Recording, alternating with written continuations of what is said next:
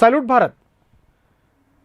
Salute ഭാരതിൽ നമ്മോടൊപ്പമുള്ളത് മുതിർന്ന മാധ്യമപ്രവർത്തകൻ Shri TK രാജഗോപാലാണ്. Sir നമസ്കാരം.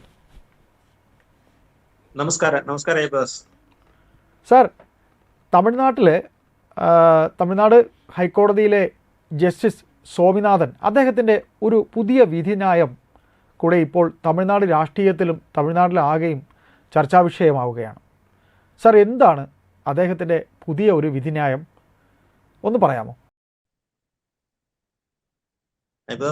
നമ്മുടെ ഹൈക്കോടതി ജഡ്ജിമാരെ സംബന്ധിച്ചിടത്തോളം നമ്മുടെ ജനാധിപത്യത്തിന്റെ പ്രധാനപ്പെട്ട 4 തൂണുകളിൽ ഒന്നാണ് ജുഡീഷ്യറി എന്ന് പറയുന്നത്. അവര് വേണം നമ്മുടെ നാട്ടിൽ നടക്കുന്ന മറ്റു കാര്യങ്ങൾ വെച്ചാൽ ക്രമസമാധാനം, ജനങ്ങളുടെ സ്വൈര്യം ഉറപ്പുവരുത്തുക, ഇത്തരം കാര്യങ്ങളിൽ അതോടൊപ്പം തന്നെ സമൂഹത്തിന്റെ അന്തസ്സ് ഉയർത്തിപ്പിടിക്കുക, എല്ലാവർക്കും തുല്യ സ്വാതന്ത്ര്യം അനുവദിച്ചു കൊടുക്കുക, ഇത്തരം കാര്യങ്ങളിലൊക്കെ കോടതികളിൽ നിന്ന് വരുന്ന പരാമർശങ്ങളെ നമ്മൾ അതീവ ശ്രദ്ധയോടെ കാണണം. അവരെത്ര കണ്ട് ശ്രദ്ധിച്ചാണ് ഓരോ വിധിന്യായങ്ങൾ പുറപ്പെടുവിക്കുന്നത് നമ്മൾ ശ്രദ്ധിക്കണം. അപ്പൊ അങ്ങനെ വരുമ്പോഴാണ് നമ്മള് ജസ്റ്റിസ് GR സ്വാമിനാഥൻ എന്ന് പറയുന്നത് തമിഴ്നാട് ഹൈക്കോടതിയിലെ ജഡ്ജിയാണ് അദ്ദേഹത്തിന്റെ തുടർച്ചയായ 2-3 വിധിന്യായങ്ങൾ, അദ്ദേഹം ചിത്രത്തിൽ വരാനുള്ള കാരണം ഞാൻ പിന്നീട് പറയാം. അദ്ദേഹത്തിന്റെ തുടർച്ചയായ 2-3 വിധിന്യായങ്ങൾ തമിഴ്നാട് ഹൈക്കോടതി അദ്ദേഹം പുറപ്പെടുവിക്കുന്ന വിധികള് തമിഴ്നാടിനെ ആകമാനവും കേരളത്തെ അടക്കമുള്ള മറ്റ് അയൽ സംസ്ഥാനങ്ങൾക്കും ഒരു പക്ഷെങ്കിൽ ഇന്ത്യക്ക് പോലും വളരെ മാതൃകാപരമാകുന്ന ജഡ്ജ്മെന്റാണ് അദ്ദേഹം പുറപ്പെടുവിക്കുന്നത്. അതിന്റെ ഏറ്റവും ലേറ്റസ്റ്റ് ഏറ്റവും പുതിയതായിട്ട് വന്നിരിക്കുന്നത് തമിഴ്നാട്ടിലെ അവിടുത്തെ മാരിയമ്മൻ ക്ഷേത്രത്തിന് സമീപത്തായിട്ട് ഒരു പള്ളി നിർമ്മാണവുമായിട്ട് ബന്ധപ്പെട്ടതാണ് ഏറ്റവും പുതിയ വിധിന്യായം വന്നിരിക്കുന്നത്. അതിന്റെ പശ്ചാത്തലം എന്ന് പറയുന്നത് തമിഴ്നാട്ടിലെ കോയമ്പത്തൂരിലാണത്. കോയമ്പത്തൂരിനടുത്ത് ഒരു പ്രസിദ്ധമായ മാരിയമ്മൻ ക്ഷേത്രമുണ്ട്. അതിന്റെ സമീപത്തായിട്ട് ഒരു പള്ളി നിർമ്മിക്കുന്നതിനായിട്ട് കുറച്ച് ആളുകളായിട്ട് ശ്രമിക്കുന്നു. ഈ സ്ഥലത്തിന്റെ പ്രത്യേകത എന്ന് പറയുന്നത് അവിടെ ഏതാണ്ട് 1000-ത്തിനടുത്തോളം ജനങ്ങൾ താമസിക്കുന്ന, കുടുംബങ്ങൾ താമസിക്കുന്ന സ്ഥലങ്ങളാണ്. കുടുംബങ്ങൾ തന്നെ ഉണ്ടെന്നാണ് പറയുന്നത്. 1000-ത്തോളം കുടുംബങ്ങൾ തന്നെ അവിടെയുണ്ട്.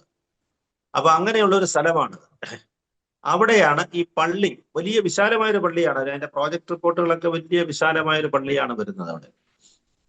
പക്ഷേ അവിടെ ആകെ ഈ പറയുന്ന ആരാധന പിന്തുടരുന്ന ആളുകൾ, ക്രിസ്ത്യൻ സമുദായത്തിൽപ്പെട്ട ആളുകൾ ഏതാണ്ട് 50-ൽ താഴെ കുടുംബങ്ങളെ അവിടെ ഉള്ളൂ.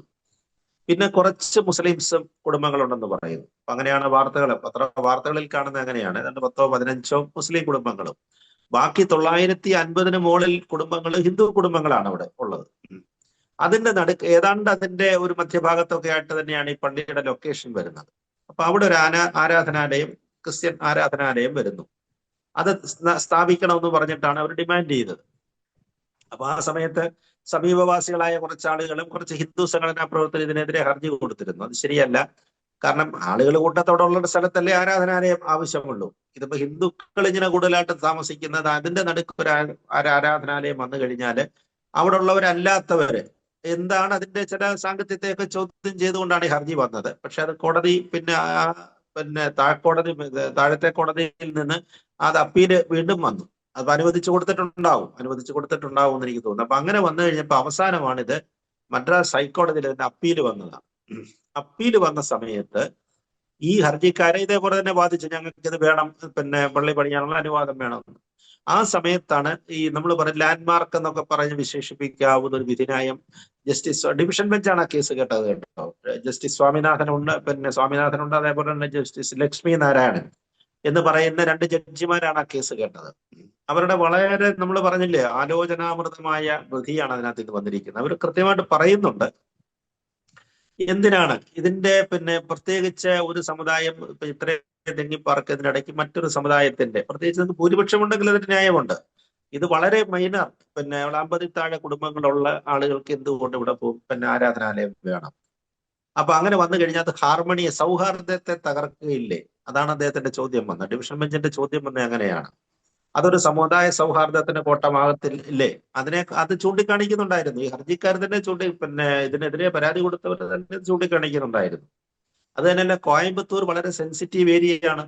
വളരെ സെൻസിറ്റീവ് ഏരിയ ആണ് കോയമ്പത്തൂർ എന്ന് പറഞ്ഞാൽ. നമുക്കറിയാവുന്നതുപോലെ പിന്നെ അന്നത്തെ ആഭ്യന്തരമന്ത്രിയായിരുന്ന LK അദ്വാനിക്ക് നേരെ അല്ലെ ബോംബ് പിന്നെ വധശ്രമമൊക്കെ ഉണ്ടായ സമയം അറിയാമല്ലോ, അത് ബോംബ് സ്ഫോടനമൊക്കെ ഉണ്ടായതാണ്. ആ സ്ഫോടന കേസ് ഇന്നും അവസാനിച്ചിട്ടില്ല. അതിന്റെ കേസ് ഇന്നും അവസാനിച്ചിട്ടില്ല. അതിൽ പ്രതിസ്ഥാനത്ത് വന്ന നമ്മുടെ മലയാളിയായ അബ്ദുൽ നാസർ മദനി ഇപ്പോഴും പിന്നെ അതുമായിട്ട് എന്റെ വിചാരണയുമായിട്ട് ബന്ധപ്പെട്ട് ബാംഗ്ലൂർ ജയിലിൽ കഴിയുകയാണ്. എത്രയോ വർഷങ്ങളായി, വർഷം എത്ര കഴിഞ്ഞു പോയിരിക്കുന്നു എന്ന് ആലോചിച്ച് നോക്കുക. അപ്പൊ അങ്ങനെ വളരെ സെൻസിറ്റീവായ ഈ പ്രദേശത്ത് ബോംബ് സ്ഫോടനം പോലും കമ്മ്യൂണൽ ഹാർമണിയുടെ പേരില്, സൗഹാർദ്ദം തകർന്നതിന്റെ പേരില്, അല്ലെങ്കിൽ അതിനെ ഒരു പക്ഷേ തീവ്രവാദികൾ മറ്റേ തരത്തിൽ ഉപയോഗിച്ചിട്ടുണ്ടാകാം. അപ്പൊ അങ്ങനെയൊക്കെയുള്ള ഒരു പശ്ചാത്തലമുള്ള സ്ഥിതിക്ക് ഇങ്ങനെ ഒരു കാര്യം അവിടെ അനുവദിക്കുന്നത് ശരിയല്ല എന്ന് പറഞ്ഞിട്ടാണ് അദ്ദേഹത്തിന്റെ വിധിന്യായം വന്നിരിക്കുന്നത്. അതേപോലെ തന്നെയാണ്. അപ്പൊ അങ്ങനെ പറഞ്ഞ കൂട്ടത്തിൽ ഹർജിക്കാർ മറ്റു ചില പശ്ചാത്തലങ്ങൾ ഇതിനകത്ത് പറയുന്നുണ്ട്. ഇപ്പൊ എന്തിനാണ് മറ്റൊരു സമുദായത്തിന്റെ ഇടയിലേക്ക് ഇത് വരുന്നു എന്ന് ചോദിച്ചു കഴിഞ്ഞപ്പോഴാണ് മറ്റൊരു പ്രശ്നം കൂടെ വരുന്നുണ്ട്. കോയമ്പത്തൂരിൽ വലിയ വികസനം വരികയാണ്. കോയമ്പത്തൂർ എന്ന് പറഞ്ഞ പിന്നെ അതിന്റെ വിമാനത്താവളം കിടക്കുന്ന യേശുദാസിന് അറിയാമായിരിക്കും. വിമാനത്താവളമൊക്കെ കിടക്കുന്നത് കോയമ്പത്തൂർ ഇതൊരു അല്പം മാറിയിട്ട് പീളയിമേട് എന്ന് പറയുന്ന സ്ഥലത്താണ് കോയമ്പത്തൂർ വിമാനത്താവളം കിടക്കുന്നത്. അത് ചെറിയ വിമാനത്താവളമാണ്. ചില പിന്നെ വന്ന് ട്രാൻസിറ്റ് സെന്റർ പോലെ പിന്നെ വെളിയിൽ നിന്നൊക്കെ വിദേശത്തു നിന്ന് വരുന്ന വിമാനങ്ങളൊന്ന് ഇറങ്ങിയിട്ട് അവിടുത്തെ യാത്രക്കാരെ ഇറക്കിയിട്ട് വീണ്ടും ഡൽഹിക്ക് പോവുക, ബോംബെക്ക് പോവുക, അങ്ങനെയൊക്കെയുള്ള സർവീസുകളാണ്. വലിയ സർവീസുകളൊന്നും അവിടെ ഓപ്പറേറ്റ് ചെയ്യുന്നില്ല, വലിയ സർവീസുകൾ. പക്ഷേ വളരെ പ്രധാനപ്പെട്ട വിമാനത്താവളം നമ്മുടെ ഈ കേരളത്തോട് ചേർന്ന് കിടക്കുന്ന ഒരു വിമാനത്താവളമാണ്. അപ്പൊ അത് വികസിപ്പിക്കാനായിട്ട് എനിക്ക് തോന്നുന്നു DMK സർക്കാരിന്റെ കാലത്ത് തന്നെ പ്ലാൻ ഉണ്ടായിരുന്നു. സ്റ്റാലിനാണ് അതിനകത്തൊരു ഇനിഷ്യേറ്റീവ് എടുത്തിരുന്നത്. അത് കേന്ദ്ര സർക്കാരിനും താല്പര്യം ഉണ്ടായിരുന്നു. കേന്ദ്ര സർക്കാരിനും വലിയ താല്പര്യം ഉണ്ടായിരുന്നു. പ്രത്യേകിച്ച് അണ്ണാമലൈ അന്ന് BJPയുടെ സ്ഥാനാർത്ഥിയായിട്ട് അത് കോയമ്പത്തൂർ മത്സരിക്കുന്ന കാലത്തും, അതേപോലെ തന്നെ BJPയുടെ ഒരു ശക്തി കേന്ദ്രം കൂടാണ് കോയമ്പത്തൂർ എന്ന് പറയുന്നത്. നമ്മുടെ ഇപ്പോഴത്തെ ഉപരാഷ്ട്രപതിയായിട്ടുള്ള CP രാധാകൃഷ്ണനൊക്കെ അവിടെ വലിയ സ്വാധീനമുള്ള ആളുകൾ, അദ്ദേഹം MP ആയിട്ടൊക്കെ ഉള്ള ആളുകളാണ്. അപ്പൊ അതുകൊണ്ട് BJPക്കും വലിയ താല്പര്യമുള്ള സ്ഥലമായിരുന്നു. പക്ഷെ സ്ഥലം കിട്ടാനില്ല. അന്നത്തെ വലിയൊരു പ്രശ്നം അതായിരുന്നു. അപ്പൊ BJP സർക്കാർ ഇവിടെ വലിയ പിന്നെ വിമാനത്താവളം പ്രഖ്യാപിച്ചെങ്കിലും ആവശ്യത്തിനുള്ള സ്ഥലം കിട്ടാതെ വന്നു. അങ്ങനെ വന്ന് ഇപ്പൊ ഒരു ചെറിയ പിന്നെ വികസനം ബുദ്ധിമുട്ടായിട്ട് നിൽക്കുന്നതിനിടയിലാണ് പിന്നെ കർണാടക സർക്കാർ ഈ കെമ്പഗൌഡ അവരുടെ ബാംഗ്ലൂർ വിമാനത്താവളം വളരെ വട്ടം വിപുലീകരിച്ചു കളഞ്ഞു. വിപുലീകരിച്ചു കഴിഞ്ഞപ്പോഴത്തേക്ക് എന്ത് ചെയ്തു? ഇപ്പൊ അതിനകത്തിൽ ഏറ്റവും കൂടുതൽ ഓപ്പറേഷൻസ് വരുന്ന അവിടെ നിന്നാണ്. ബാംഗ്ലൂർ നമ്മുടെ IT കുട്ടികളും ഒക്കെ ഉള്ളത് കൊണ്ട് ഇന്റർസ്റ്റേറ്റ് ഓപ്പറേഷൻ ഏറ്റവും കൂടുതൽ വലിയ അന്താരാഷ്ട്ര വിമാനത്താവളമാണ്. അപ്പൊ തമിഴ്നാട് എന്ത് ചെയ്തു? തമിഴ്നാട് വീണ്ടും ഒരു വിമാനത്താവളം പണിയാനായിട്ട് അവർ ഹൊസൂര്, തമിഴ്നാട് പിന്നെ കർണാടകത്തോട് ചേർന്ന് കിടന്ന ഹൊസൂരിൽ നോക്കി. പക്ഷെ ഹൊസൂരിൽ ശരിയാകാതെ വന്ന് പിന്നെ അതിന്റെ എന്തോ പ്രായോഗിക പ്രശ്നങ്ങളൊക്കെ ഉണ്ടെന്ന് തോന്നുന്നു. പിന്നെ അതിനോടൊപ്പം കോയമ്പത്തൂർ വികസിപ്പിക്കുക. കോയമ്പത്തൂർ വികസിക്കുന്നതിന് പ്രധാന സ്റ്റാറ്റിന് 600 ഏക്കറോളം സ്ഥലം വിട്ടുകൊടുക്കാമെന്നാണ് പറഞ്ഞത്. അപ്പൊ അങ്ങനെ പ്രധാനമന്ത്രി സ്കീം ഇങ്ങനെ ഡെവലപ്പ് ചെയ്ത് വെച്ചാൽ വലിയ വികസനം കോയമ്പത്തൂർ വരാൻ പോവുകയാണ്. അപ്പൊ അങ്ങനെ വരുമ്പോ അത്തരത്തിലുള്ള പശ്ചാത്തലങ്ങൾ വല്ലതും ഈ പറയുന്ന ഒരുപാട് ആളുകൾ പിന്നെ അങ്ങോട്ട് കടന്നു പോയി ചെല്ലുന്നുണ്ട്. വ്യവസായത്തിന്റെ മറവിലും മറ്റു കാര്യങ്ങളിലും. വ്യവസായം നല്ല രീതിയിലാണെങ്കിൽ കുഴപ്പമൊന്നുമില്ല. അല്ലെങ്കിൽ ഇത്തരം ഇൻട്രസ്റ്റുകളെ ഗ്രൂപ്പുകൾ ഒത്തിരി അവിടെ കോയമ്പത്തൂരിലേക്ക് തമ്പടിക്കുന്നുണ്ട്. അപ്പൊ പല ഘടകങ്ങളും കൂടി ഇതിനകത്ത് പരിഗണിച്ചിട്ടുണ്ടെന്നാണ് എനിക്ക് തോന്നുന്നത്. അതുകൊണ്ടാണ് സ്വാമിനാഥന്റെ വിധിക്ക് ഒരു വലിയ പ്രത്യേകത വന്നിരിക്കുന്നത്. ഇതിനു മുമ്പ് അദ്ദേഹത്തിന്റെ വിധി എന്ന് പറഞ്ഞാൽ അടുത്ത സമയത്ത് ഗോവധ നിരോധനമാണ്. ഗോവധം ഇപ്പൊ തമിഴ്നാട്ടിൽ നമ്മുടെ കേരളത്തിലെ സ്ഥിതി നമുക്കറിയാമല്ലോ, യേശുദാസിന് അറിയാമല്ലോ. ഇപ്പൊ ഇറച്ചി കിട്ടാനല്ലേ പിന്നെ അതായത് ഈ പിന്നെ ബീഫ് എന്ന് പറയുന്ന ഇറച്ചി കേരളത്തിൽ കിട്ടുന്നില്ല. അക്ഷാർത്ഥത്തിൽ കിട്ടുന്നില്ല അത് കേട്ടോ. വലിയ ബുദ്ധിമുട്ടാണ്. ഈ ശനിയും ഞായറും ദിവസങ്ങളിൽ ഇറച്ചിക്കടകൾ അടച്ചിടുക. പ്രത്യേകിച്ച് ഈ മധ്യ തിരുവിതാംകൂർ ജില്ലകളിലാണ് ഏറ്റവും കൂടുതൽ ബീഫിന്റെ ഉപയോഗം. കാള, പോത്ത് ഇങ്ങനെയൊക്കെ പറയുന്ന ജന്തുക്കളുടെ പിന്നെ മൃഗങ്ങളുടെ ഉപയോഗം ഏറ്റവും കൂടുതലുള്ളത് മധ്യ തിരുവിതാംകൂർ ജില്ലകളിലാണ്. ഇപ്പൊ ഇവിടെ വലിയ പ്രശ്നമാണ്. കഴിഞ്ഞ ദിവസം പറയുന്നത് കേട്ടു, വളരെ ശ്രദ്ധിക്കണം. ഈ പറയുന്ന വരുന്ന സാധനം എന്താണെന്ന് പോലും അറിയാൻ പറ്റുന്നില്ല. പിന്നെ ഏത് സാധനമാണ് പിന്നെ അതായത് ഈ ചെറിയ പശുക്കുട്ടികളെയൊക്കെ ഇതിനകത്തിലേക്കൊക്കെ കട്ട് ചെയ്തിട്ടിട്ട് അത്തരം ഇറച്ചികള്, അതേപോലെ തന്നെ കേടുവന്ന ചില പിന്നെ അത്ര പിന്നെ സുരക്ഷിതമല്ലാത്ത ഇറച്ചികളൊക്കെ കയറി വരുന്നുണ്ടെന്നാണ്. കാരണം ഡിമാൻഡ് കൂടുതലാണ് ഇവിടെ. അപ്പൊ അങ്ങനെ വന്നു കഴിഞ്ഞപ്പോൾ വടക്കേ ഇന്ത്യയിൽ നിന്നുള്ള മാടുകളും വരുന്നില്ല. വലിയ പ്രശ്നമാണ്. അപ്പൊ ഇങ്ങനെ വന്ന സമയത്താണ് ഗോവധ നിരോധനം അദ്ദേഹത്തിന് വന്നത്. ഇതിനു മുമ്പായിട്ട് വന്ന തിരുപ്പറംകുണ്ടം ക്ഷേത്രമാണ്. തിരുപ്പറംകുണ്ടം ക്ഷേത്രത്തിൽ കാർത്തിക വിളക്ക് തെളിയിക്കണം എന്നുള്ള അദ്ദേഹത്തിന്റെ വിധിയുടെ പേരിൽ അദ്ദേഹത്തിന് ബുദ്ധിമുട്ടുണ്ടാക്കിയെന്നറിയാമോ? അത് പിന്നെ അദ്ദേഹത്തിന് ഇംപീച്ച് ചെയ്യാനായിട്ട് DMK സർക്കാർ പാർലമെന്റിൽ പ്രമേയം വരെ കൊണ്ടുവന്നിരിക്കുകയാണ്. അപ്പൊ അങ്ങനെയൊക്കെയുള്ള പക്ഷേ ഒരു ന്യായാധിപൻ എന്നുള്ള നിലയിൽ അദ്ദേഹം ന്യായമായ കാര്യങ്ങളല്ലേ ചെയ്യുന്നുള്ളൂ. എല്ലാ ജനങ്ങളുടെയും താല്പര്യമാണ്. സാർ അപ്പോൾ സാർ നമ്മളൊരു ന്യായാധിപൻ എന്ന രീതിയിൽ അദ്ദേഹത്തിന്റെ ഈ പുതിയ ഇടപെടൽ, അതായത് കോയമ്പത്തൂർ മാരിയമ്മൻ ക്ഷേത്രത്തിന് അടുത്ത് തന്നെ ഇവർക്ക് ഈ പള്ളി വേണമെന്ന് പറയുന്നത് മനഃപൂർവ്വം ഒരു കലാപം സൃഷ്ടിക്കാൻ വേണ്ടിയാണോ എന്നൊരു സംശയമുണ്ട്. സാർ, ആ വിഷയത്തിലേക്ക് തന്നെ നമുക്ക് തിരികെ ഒന്ന് പോകാം. എന്താണ് അതിൻ്റെ ഇപ്പോഴത്തെ അവിടുത്തെ ഒരു അവസ്ഥ? ഈ വിധിന്യായത്തിനെ തുടർന്ന് ഇപ്പോൾ എന്താണ് അവിടുത്തെ ഒരു അവസ്ഥ? Division bench stay അനുവദിച്ചിട്ടില്ല.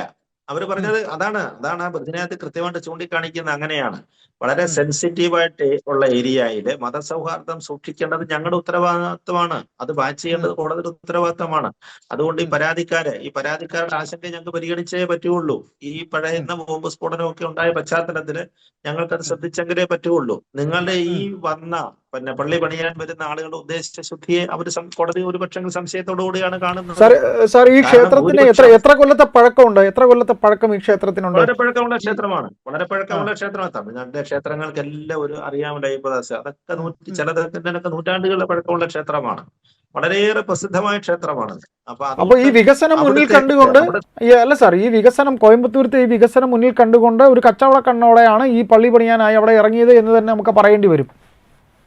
അങ്ങനെ പല സംശയങ്ങൾ വരാം. അല്ലെങ്കിൽ ഒരു ജനസമൂഹം 90% ഒരേ സമുദായം താമസിക്കുന്നിടയ്ക്ക് മറ്റൊരു സമുദായം ഒരു ആരാധനാലയമായിട്ട് കടന്നു വരുന്ന നിർബന്ധപൂർവ്വം ഇവിടെ തന്നെ വേണമെന്ന് പറയുമ്പോൾ അതിനകത്തൊരു സംശയത്തിന്റെ എലമെന്റ് വരുന്നില്ലേ? ആ എലമെന്റ് വരുന്നുണ്ട്. അതേപോലെ തന്നെ കോയമ്പത്തൂർ അതിവേഗം വികസിക്കുന്ന ഒരു സിറ്റിയാണ്. ഇപ്പൊ വിമാനത്താവളം കൂടെ വന്നു കഴിഞ്ഞാൽ വലിയ വികസനമാണ് ഇവിടെ നടക്കാൻ പോകുന്നത്. ഇപ്പൊ പല ഫാക്ടേഴ്സ് അതിനകത്ത് നമ്മൾ ശ്രദ്ധിക്കേണ്ടി വരും. പല ഘടകങ്ങൾ അതിനകത്ത് ശ്രദ്ധിക്കേണ്ടി വരും. അതുകൊണ്ടാണ് വിധിന്യായത്തിന് ഇതിനെല്ലാം നടുക്ക് ജസ്റ്റിസ് സ്വാമിനാഥൻ അദ്ദേഹത്തിന്റെ ബെഞ്ചിലാണ് ഇത്തരം കേസുകൾ വരുന്നത് എന്നുള്ളതാണ് ഏറ്റവും ശ്രദ്ധേയമായിട്ടുള്ള കാര്യം എന്ന് പറയുന്നത്. ഏതായാലും സാർ, നമുക്ക് കാത്തിരിക്കാം. ഇതിനെ തുടർന്നുള്ള ഡെവലപ്മെന്റ്സ് ഇനിയും ഉണ്ടാകാൻ സാധ്യതയുണ്ട്. ഇപ്പോൾ ഒരു സ്റ്റേ ഓർഡറാണ് വന്നിരിക്കുന്നത്. നമുക്ക് നോക്കാം ഇനി എന്താണ് അങ്ങോട്ട് സംഭവിക്കുന്നതെന്ന്. ഇതിൻ്റെ അപ്ഡേഷനുമായി നമുക്ക് വീണ്ടും സാറുമായിട്ട് നമുക്കിരിക്കാം. നന്ദി. Thank you sir.